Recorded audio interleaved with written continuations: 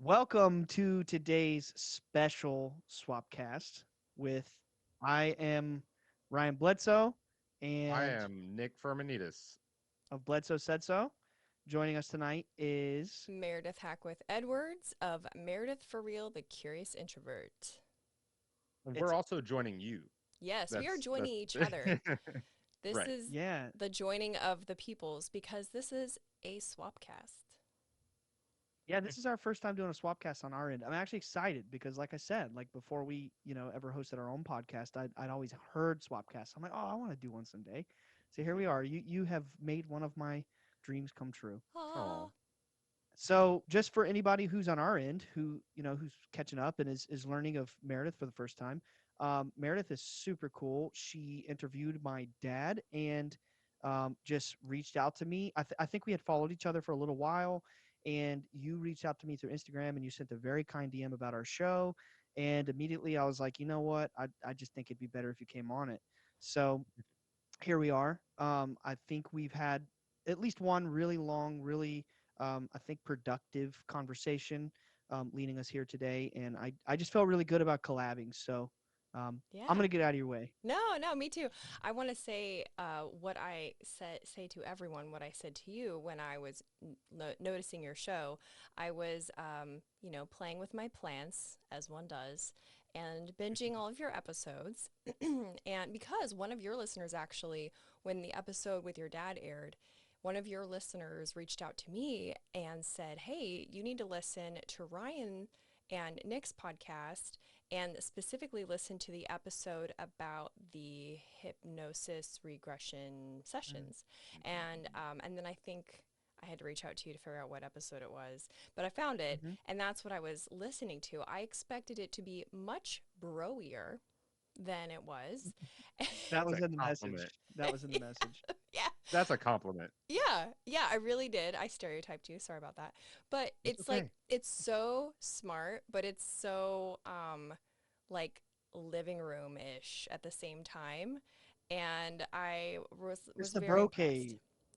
No, we're getting away from the bro thing. That's right. That's right. No, I was actually tickled when you said that in the message because like from the start, that's one thing that we set out to not be was just some like, okay, we're three males making a podcast, but we really like our crystal girls who tune into the show too.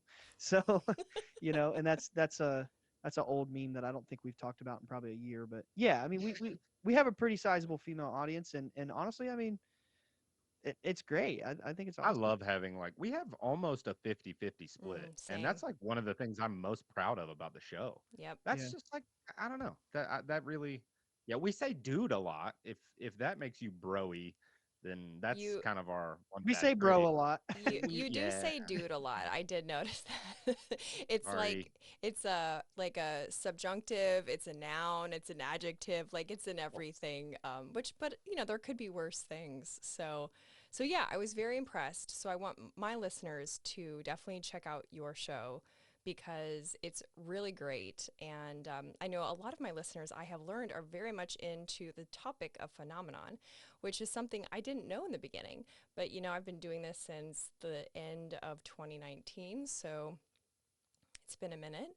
And I'm learning more about my audience every day, and they love it. So I really think that they'll love your show. And mine is, I cover sometimes phenomenon stuff, but it's not a phenomenon show, it's a society culture show.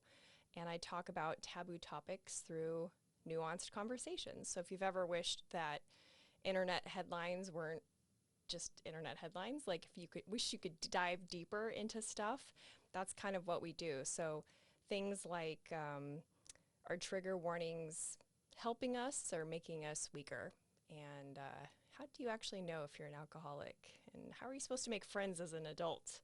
And why is male anxiety so stigmatized, but women's anxiety is like super accepted and stuff like that. So it's fun. It's a really fun and very it's stimulating for me. I really enjoy the conversations that we have. So To one of those points, I just visited my sister. Shout out Emmy, um, in Tampa 2 weeks ago now, and yeah, she just moved to Tampa in the month of July. She's only been there for a few months, coming from North Carolina, has no friends out there really. And I kid you not, there is like it's like Bumble, but for making friends. And she goes on dates with people that she's made friends with out. And she's found a young lady her age. I say young lady like my sister's not my age, right? But you know, and yeah, she goes on friend dates through a friend platonic dating app, and it's really adorable. So I mean, it's never too late to make friends, right? No That's matter so where you are. wholesome. I know. It's like their Oh, second date went right when I left. They had their that second is friend date. so wholesome. Yeah. Wow, I love that. And then to the other point, you had tried to encourage your listeners to come check us out. Well, I want to do the same to our listeners before we get into the meat Yeah, of this, yeah. because I got to say, like Meredith's, I had followed you before your episode with my dad even aired, because naturally, me and my dad talk, and he tells me whose shows he's going to go on, and I went and I followed you in advance. And I have to say, like, your Instagram is it has an amazing aesthetic. I think that the content that you produce is amazing. It's, to me, it's very like, I don't want to say documentary style. It's very much like, the vibe I get is you're like out there in the world, like you're doing stuff. You're documenting that you're doing stuff. You're hitting these really cool, expansive topics. And I have to say, like, to be fair, our show is not really a phenomenon show either, because we really talk about the phenomenon when it's relevant, or when it's on our hearts to share. But we talk about such a wide range of other topics, and I think there's a crossover between, you know we're just exploring a lot of spiritual and philosophical things. We're really doing the same thing that you're doing, just in a different arena. Maybe you're doing it better, you know. But I anyway, I think I they're do want to, complementary. I think our shows are in the same vein for sure. yeah. So yeah, I appreciate that, and I'm I think excited. it's like yours has a little bit more of like the social like dust on it, Hmm. and ours has a little bit more of the spiritual dust. Dust was the only word that came to my mind, so But I'm when you sorry. combine dust with the hand motion that you just made, it hits like that tracks, All right, like I all was right. vibing with that. Hey, I want my listeners Hmm. to know who you guys are. So can you introduce yourselves? Tell them, I mean, I've talked about your show, but can you tell them like who you are as, humans? Sure. Nick, you want to go first? Sure. My name is Nicholas Fermanides. I am lucky enough to co-host Bledsoe Said So with Ryan. We started it a few years ago. I really wanted to be a part of it because Ryan's been my best friend for over 15 years. And I felt like if I could help him shine some light on his family and their experiences, and maybe even have like some catharsis come out of this project, if I could help him do that, that's like the greatest gift in the world that I could receive. So that's why I wanted to do the podcast. We also have a little band that we call Twice Born. I'm really into music. So yeah, that's me in a nutshell. You beat me to it. You might not know this, but now when I go on podcasts, I'm definitely dropping Twice Born. We do have a heavy metal band, Twice Born. It's like the podcast is our main baby, our bread and butter that we work on like all the time, and then we do have our other um, creative venture together. So Twice Damn. Born, heavy Yeah. metal, it's our fun thing. And then as far as the main thing, I'm Ryan Bledsoe. I'm the other host of Bledsoe Said So, and you guys listening from Meredith's side of our family lines here. I'm just gonna like say that our podcasts are like family now. I like to create that We're at picture, least but weed smoking cousins. Like the cousins you sneak out at Christmas and you're like, we're gonna Let's go go on a for a walk. walk. Yeah. yeah, Yeah. We're yeah, walking yeah. We're at cousins. least We're those. walking cousins. But sometimes I like to think of myself as like the wise old uncle that like leads you out to the shed in the forest, and then you find out he has all these magical mushrooms that are Yes, growing. mushrooms? Yeah, I mean, let's just take it up a notch, you know. Yes, yes. Yeah, Okay. and then we'll do a little DMT. No, but All right. seriously, for those who are coming from Meredith's side, you should know who we are if you heard my dad's episode. My father is Christopher Bledsoe Sr. He's like one of the most documented, publicly acclaimed, I guess you could call it, UFO experiencers. He's a best-selling author of UFO of God, and we do have a recent documentary channel, or excuse me, History Channel documentary episode, Beyond Skinwalker Ranch, episode 8, season finale. It's literally called Chris Bledsoe. I highly recommend, if you guys haven't heard that, you pause this right now. You go watch that, and then you come back, because then you'll kind of really understand what we're getting into when we get into some of this deep stuff. But that's who we are in a nutshell. We talk about all kinds of spiritual, philosophical, esoteric, religious, whatever, metaphysical, occult. We talk about all those fun nuggets, but then we sprinkle in a lot of like our life experience dealing with the phenomenon and the DoD, NASA, CIA, all these intelligence agencies who've kind of like poked and prodded at me and my family throughout my life. We hit on a lot of that stuff too. So it's really a dynamic thing. And honestly, I don't really think I don't really think there's anything else like it. So I think you're right. Yeah. Yeah, yeah, so I yeah, take that's notes who when we I are. listen to y'all's podcast. I'm like, her medicine, Osiris, what is all this stuff? Yeah. But and, that, and also, I'm super excited because until I've done the podcast, I really have not met a lot of people who also have a background in Pentecostal holiness. yeah. And that is also my Christian background, Pentecostal Hmm. holiness. So I'm really excited to get into that today. Yeah, so maybe we should start there because I'm former Assemblies of God, and you're former Pentecostal Holiness, and Hmm. they're weed smoking cousins. So we should let's set the stage. I think there's a big chunk of my audience who know what Assemblies of God is, but maybe let's start with like Pentecostal Holiness. Like describe them. Like were you like tambourines and streamers or like No, no streamers, because that would be vain. right. oh, okay. No, no, Okay. there's no dancing. You want me to just run it through, like what Yeah, run Pentecostal's through it. like? Yeah, run through it. I want to make sure I'm respectful when I don't want to like hurt anybody's feelings, and I still have a lot of love for Christ, and for I'm not saying shun religion. What I am saying is I've had a very traumatic religious upbringing, being a family who was having very intense paranormal experiences, and then going and telling people in the community, including our church, and then the way they treated us was very vicious, very cruel. So I'm in, like I don't want to like lash out at Christianity, but it hasn't really been kind to my family. So I it's how it is. But I say all that to say Pentecostal is probably like two steps removed from Amish. Like if you had a sliding scale of how strict your denomination of Christianity is, it's like you have Amish at the top where you live in these ascetic villages removed from society. They don't even have technology. And then it's like Mennonite, which is a level lower. I'm not Mm-hmm. very familiar with Mennonites, but I know it's like, it's very similar to Amish, but they still live in society. And then you have Pentecostals, which are like, imagine that, if you've ever seen a movie that's parodying or satiring Christianity, where it's like that old timey, really old, tiny brick building with 30 or 4 people in the old fashioned 100-year-old pews with the stained glass windows, and the only instrument they have is like a piano and tambourines, and like everybody's, you know, um, very, very committed to uh, praise and like loud worship and shouting in tongues and like all that. That's what Pentecostal is. It's extremely strict. Women only can wear long skirts down to their ankles, no piercings, no makeup, no hair color. You can't drink alcohol. I mean, it is extremely strict. Like every book or every word in the book is 100% infallible. It is literal. Every interpretation that it, like, for Earth being 6,000 years old, all that stuff. It's like Pentecostal is one of those old timey, really sort of like underground in modern times, like, maybe have an aunt and uncle who goes there, but not many people have really been there. I mean, it's just strict, Yeah. and So it sounds like Pentecostal respectfully. holiness is like the country cousin of Assembly of God, and Assemblies of God is like the city kid.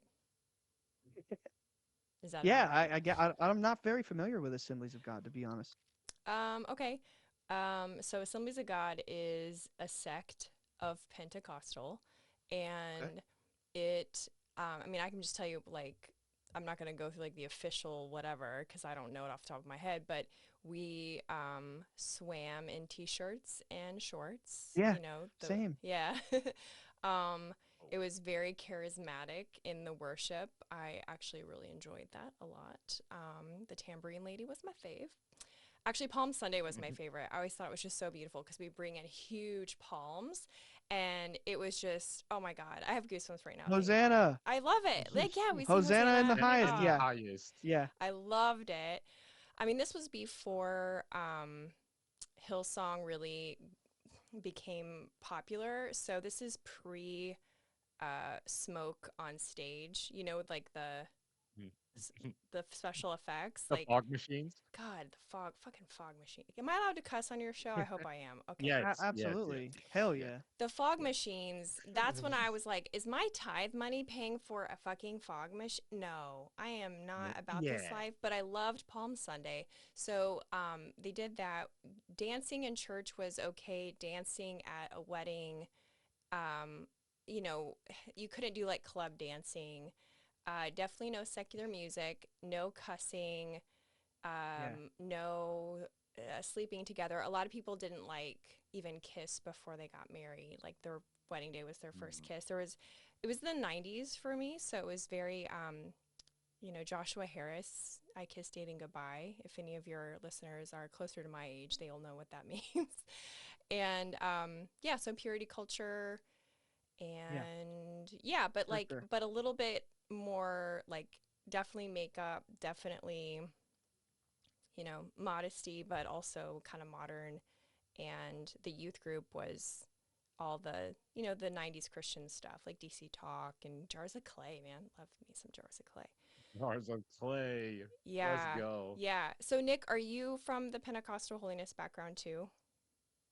No, so I kind of have an interesting uh duality in my religious upbringing. So my family, like my parents, we always went to like your like stadium non-denominational like you know what like the big Charismatic. right like the fog machine. Like the fog machine was in there since the day that I was going there. I'm pretty Okay. sure that church invented the fog machine. Uh, so it's like, you know, a lot of that stuff. And like, I don't know if you've ever been to those kinds of churches, but it's very opposite to what you guys are describing with like the strict stuff. I mean, you still follow the tenets of that like most Christians do. There's not like cursing. You're not really going to hear that. That you don't talk about like drinking alcohol and you know, but it wasn't like girls have to wear a skirt and they're not allowed to cut their hair and like stuff like that. So that was half of it, but then the other half of the time I went with my grandparents, and my grandparents are Anglican. Mm-hmm. Um, and if you're familiar with Anglican, it's like one step away from Catholicism. Like it's like Literally. Catholicism light. It's like It, Protestant Catholicism. it's diet Catholicism for sure. Like they say the Nicene Creed, like you know the prayer is similar. There's like similar hymns. It's really really similar. You do like so in the non-denominational church, communion was like the little plastic cup with the wafer and the grape juice. Uh, at the Anglican church, it was like everybody go to the altar and kneel Yeah. and be fed unleavened bread and drink wine. Like if you're 4 years old, you're drinking wine. You know that like that kind of thing. And that was a more strict kind of thing. So it wasn't. It's certain. I've been to church with Ryan many times, And vice versa. and yeah, and vice versa. Absolutely. And I I'm love sure going to Ryan Nick's church. yeah, yeah. I, I'm sure Ryan would agree. He basically just said it. It's nowhere near as strict as what he's used to. So that's my but background. but that doesn't take away from the severity of it. You know what I mean? Like it may not have been as strict as like freaking obey or die. You know, you got to follow these tenets, but it's still the same kind of like strict adherence and belief in the community. I mean, it's very similar. Absolute. No, You no, know, it is in many ways, and I still to this day am like working out the kinks of some religious trauma. So like it still did its number on me for here's sure. here's an example. Like for instance, you know, I grew up Pentecostal, but you know what? My dad let me watch whatever rated R movie I wanted. He didn't care. You know, Nick went to a church. Yeah. You know, I'm not sure what church he went to as a kid, but his parents wouldn't even let him watch like Pokemon, you know, Yep. Yu-Gi-Oh, yeah, things like that I was watching. So like, it doesn't matter whose church was more strict, you know, because at the end of the day, It's like what your family and what your parents believe and what they take home and what they put on you, right? Yeah.